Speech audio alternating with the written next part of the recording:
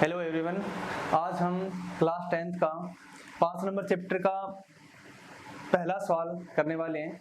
इसके 4 पॉइंट है, एक हमने डिस्कस कर लिया पहले और 3 पॉइंट और बचे हैं।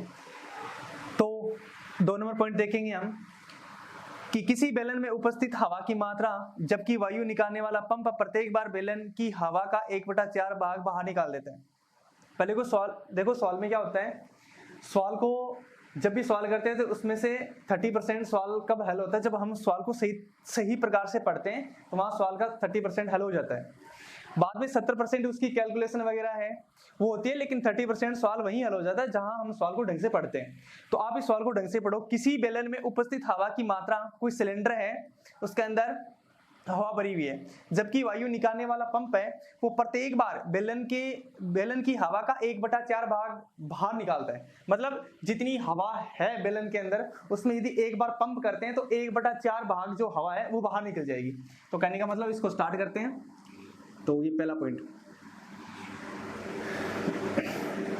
तो यहाँ अपन को इसकी कोई क्वांटिटी नहीं दी हुई है कि इतनी हवा इसके अंदर, तो मानना पड़ेगा। मान लो कुछ भी, माना सिलेंडर में हवा क्या मान लेते हैं, x। यानी पहले सिलेंडर के अंदर हवा कितनी थी, x थी। तो यानी हवा का एक बार पंप करेंगे तो 1/4 भाग बाहर निकलेगी। तो बाहर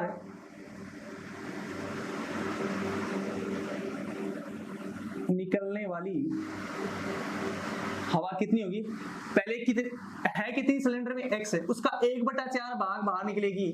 तो x का 1/4 भाग कितना होता है, x/4। यानी पहले x थी तो x/4 भाग बाहर निकल गई, तो बची कितनी है, शेष हवा कितनी है उसके अंदर। तो पहले इतनी थी, इतनी निकल गई तो माइनस कर लो, x में से x/4 घटा लो। तो माइनस से तो एलसीएम लेके करेंगे तो ये आ जाएगा 3x/4। 3x/4 यानी ये 3x/4 है, वो सिलेंडर के अंदर अब हवा है।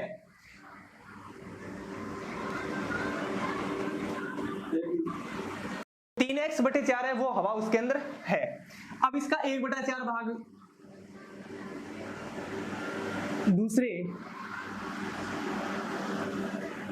दूसरे पंप में दूसरा पंप करेंगे तो 3x/4 तो अपने पास है, उसका 1/4 भाग बाहर निकलेगा, तो 3x/16।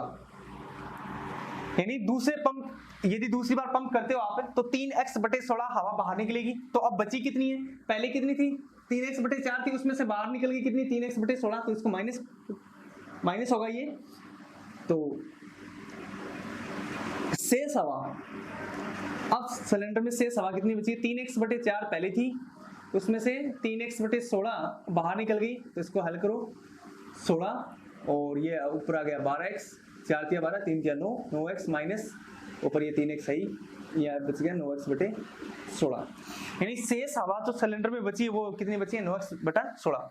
देखो यदि प्रथम पद की बात करें, यानी सिलेंडर के अंदर कितनी हवा बची है, स्टार्टिंग में x थी, बाद में क्या था 3x/16 और बाद में अब कितनी है 9x/16। तो मान सकते हैं अब अपने पास ये पद आ गए। तो एपी के पद कितनी है, एक तो x है, एक x 3x/4 है और एक आपके पास आ गया 9x/16। ठीक है, अब इसकी जांच कर लो ये एपी है कि नहीं। जब जांच करते हैं तो आपको पता ही है कि अंतर देखेंगे, इसमें डिफरेंस देखेंगे कितना रहेगा। तो d1 निकालते तो a2 माइनस a1, a2 कितना है, a2 है 3x/4 में से माइनस करेंगे इसको x को माइनस करेंगे तो देखो कितना बचेगा, ये 4 आ गया, ऊपर 3x माइनस 4 को इससे सीधा मल्टीपल हो जाएगा तो 4x, तो ये बच जाएगा -x/4। ठीक है, ये आ गया -x/4। d2 और निकाल के देख लो, अंतर दूसरा अंतर a3 माइनस a2 कर लो। a3 कितना है 9x/16 माइनस a3 ये देखो, a1 ये a2 ये a3 ये, इसमें से माइनस करो इसको 3x/16 को, तो माइनस करेंगे तो यहाँ कितना है 16, ऊपर है 9x माइनस ये 3x, तो ये कितना बच गया 12x/16। 12x कितने बच गया 16। डिफरेंस अंतर देखो सेम नहीं आ रहा है। अंतर कहाँ है देखो, सेम है क्या, यहाँ पे सेम नहीं है, यहाँ माइनस x/4 है, यहाँ क्या 12x/16 है, अतः ये एक AP नहीं है, अतः ये है एक AP नहीं है, ये AP नहीं। नंबर पॉइंट देखो, प्रत्येक मीटर की खुदाई के बाद एक कुआं खोदने में आई लागत, जबकि प्रथम जो मीटर है उसकी खुदाई की लागत है 150 रुपए, और उसके बाद की प्रत्येक जो मीटर की जो खुदाई है उसकी लागत 50 रुपए बढ़ जाती है।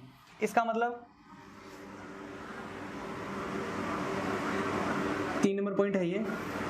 तो प्रथम जो मीटर है, प्रथम मीटर की खुदाई की लागत, खुदाई की लागत कितनी, 150 रुपए। प्रथम मीटर की जो खुदाई होगा ना उसके ऊपर 150 रुपए लगेंगे, और बाद में प्रत्येक मीटर के लिए 50 रुपए बढ़ते जाएंगे। तो प्रथम मीटर की खुदाई के लिए 150 रुपए, और दूसरे मीटर की खुदाई के लिए जो लागत आएगी वो कितनी आएगी, 150, तो वो पहले वाली थी। दूसरा मीटर है तो ये 50 रुपए बढ़ जाएगा, तो कितना हो जाएगा 200, कितना हो जाएगा 200। तीसरे मीटर के लिए देखो, तीसरे मीटर की खुदाई, तीसरे मीटर की खुदाई देखो 200 तो 2 मीटर तक है, और आगे तीसरा हो रहा है तो 50 रुपए और ऐड कर दो, तो कितना हो गया 250। AP बन के कौन कौन सी है, ये आपकी एक जो रेडी बनी है 150, 200 और 250। तो जांच कर लो, इसकी जांच करेंगे तो D1 निकालो, या A2 - A1, और A2 है कितना, ये A1 A2 A3, तो ये 200 में से 150 माइनस कर लो, तो कितना आएगा 50। और D2 निकालना हो तो A3 माइनस A2 करेंगे, A3 माइनस A2, A3 कितना है 250 में से A2 माइनस करो 200, तो कितना बच गया 50। अंतर क्या रहा है, 50 आ रहा है, अतः यह एक क्या होगी आपकी, ये एक AP, ठीक है। खाते में प्रत्येक वर्ष का मिश्रण, जबकि 10,000 रुपए राशि है, 8% वार्षिक दर है इसकी, और चक्रवर्ती ब्याज पर जमा की जाती है। इंटरेस्ट 2 प्रकार के होते हैं, एक तो होता है सिंपल इंटरेस्ट, एक होता है कंपाउंड इंटरेस्ट, यानी एक साधारण ब्याज, एक चक्रवर्ती ब्याज। साधारण ब्याज में क्या होता है, साधारण ब्याज में प्रत्येक ईयर जो इंटरेस्ट लगता है वो समांतर से लगता है, इसमें फिर इंटरेस्ट पे फिर इंटरेस्ट लगता है, ठीक है। तो कहने का मतलब क्या हो गया, तो हम किसके बारे में पढ़ रहे हैं, चक्रवर्ती ब्याज के बारे में। भी खाते में प्रत्येक वर्ष का मिश्रण, जबकि 10,000 रुपए जो राशि है उसके ऊपर जो रेट ऑफ इंटरेस्ट लग रही है वो 8% है, और चक्रवर्ती ब्याज पर जमा की जाती है। तो इसको देखो आगे,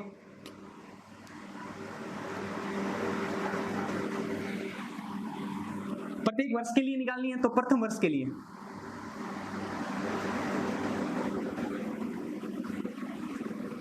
लिए निकालेंगे, तो ऊपर लिख देना, आप पहले लिखो, तो जैसे इसमें मूलधन कितना है, मूलधन यानी प्रिंसिपल वो है 10,000 रुपए, और दर यानी रेट कितनी है, रेट है 8%, कितनी है 8%। प्रथम वर्ष के लिए निकाल रहे हैं, तो इसके लिए एक formula P + R/100 over time, ये ध्यान में रखना। मूलधन ब्रैकेट 1 प्लस ये दर बटे 100 ऊपर क्या आएगा टाइम। ये प्रिंसिपल कितना है 10,000 रुपए है, 1 प्लस रेट कितनी है 8 है, अपन में 100 है, टी यानी समय प्रथम वर्ष के लिए निकाल रहे हैं तो 1 हो जाएगा। तो ये 10,000 का 10,000,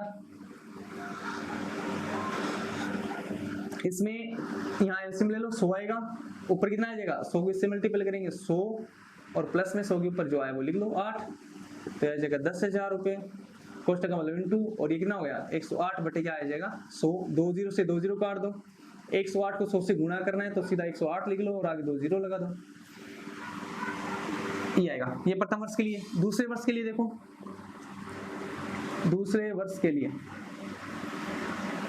के लिए निकालेंगे तो सेम चीज है, लेकिन टाइम दूसरे वर्ष यानी 2 वर्ष के लिए तो ऊपर 2 आएगा, तो मैं फॉर्मूला नहीं लिखूंगा, यहाँ पे मैं सीधा कर रहा हूँ 10,000 रुपए 1 प्लस रेट सेम ही है 8 बटे 100, ऊपर टाइम पीरियड 2 साल का हो गया, तो ये 10,000 रुपए आ जाएंगे यहाँ, और यहाँ क्या आ जाएगा वही चीज आ जाएगी 108 बटे 100 आ जाएगा, और ऊपर क्या है स्क्वायर है, तो इसको थोड़ा हल कर लो। 10,000 इंटू ये 2 स्क्वायर का मतलब क्या 2 बार है, 108/100 इंटू 108/100। अब इसको हल करो, 2 0 से 2 0 काट दो, इधर ये 2 0 ये 2 0 कट गया, इनको मल्टीपल करना, ये कितना आ रहा है करके देख लो। इधर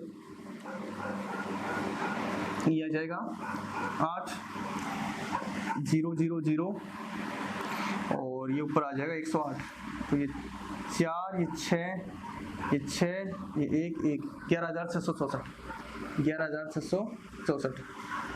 इसी प्रकार प्रथम वर्ष के लिए निकाल लिया और दूसरे वर्ष के लिए निकाल लिया। अब अपने को किसके लिए निकालना है, तीसरे वर्ष के लिए निकालना है, ठीक है। तो तीसरे वर्ष के लिए तीसरे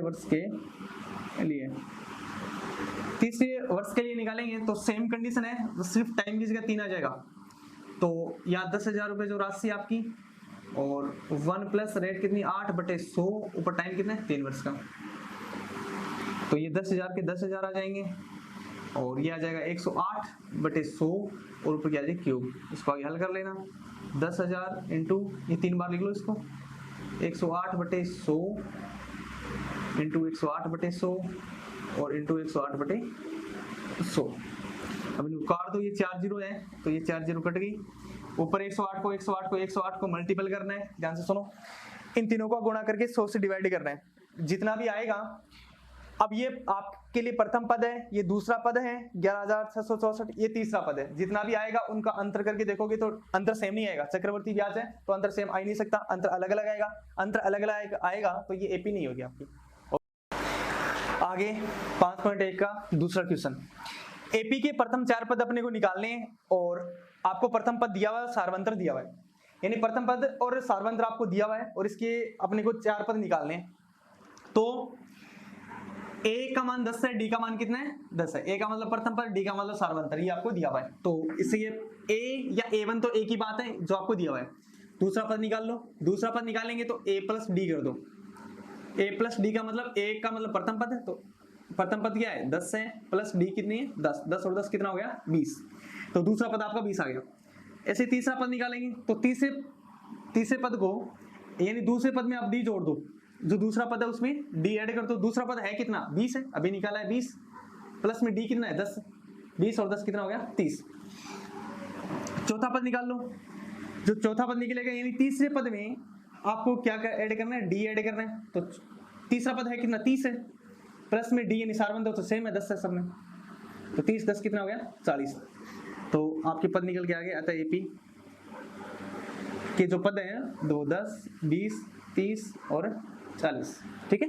इसका दूसरा पॉइंट देखो, ए का मान है -2 और डी का मान है 0, यानी अपने को आगे वाले पद निकालने हैं तो प्रथम पद आपको दिया हुआ है -2 और सारवंतर आपको 0 दिया हुआ है, तो इसका दूसरा पद निकालेंगे तो दूसरा पद क्या होता है a प्लस डी होता है। a का मान कितना है, a का मान देखो यहाँ -2 है और प्लस -2 और प्लस और डी का मान कितना है 0, तो -2 को जब 0 में ऐड करेंगे तो -2 आ गया। तीसरा पद निकालेंगे तो तीसरा पद में क्या होता है, दूसरे पद में आप क्या जोड़ते हो डी जोड़ते हो, तो दूसरा पद है कितना -2 है, प्लस डी का मान कितना है 0 ही है, तो -2 को 0 में ऐड करेंगे तो -2।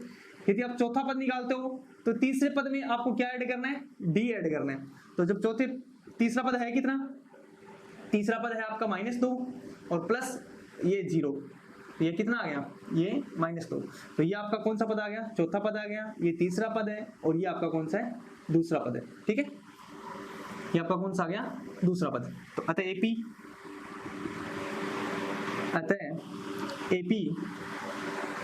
-2 -2 -2 -2 इस प्रकार